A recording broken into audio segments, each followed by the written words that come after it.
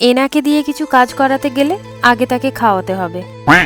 তো চলো সকলকে নমস্কার জানিয়ে হ্যারের মহাদেবের নাম নিয়ে আমি দীপানিতা আমার সাথে এই মহান ব্যক্তিকে নিয়ে আজ শুরু করছি ডে 27। তো আজ প্রিন্টিং অফিসে চলে এসেছি। যে ট্যাগ ডিজাইনটা ডে 25-এ করতে দেওয়া ছিল ওটা আজকে নিতে আসতে বলেছিল, বাট আমায় বললো এখান থেকে নিয়ে নিতে, বাট আমি দেখতে পাচ্ছি না। ও ও ও, এই তো দেখতে পেয়েছি। আর অ্যাজ আ ডিজাইনার যখন নিজের ব্র্যান্ডের জন্য নিজের করা ডিজাইনটা প্রিন্ট আউট হয়ে আসতে দেখলাম, সিরিয়াসলি মানে ভুলে বোঝাতে পারছি না যে জিনিসটা এতটা ভালো লাগার। আর প্রিন্ট আউটটা এসছেও ভালো, বাট এটা তোমাদের দেখাতে পারতাম, বাট এখন দেখাচ্ছি না কারণ তোমাদের জন্য এটার মধ্যে আছে একটা হিডেন মেসেজ।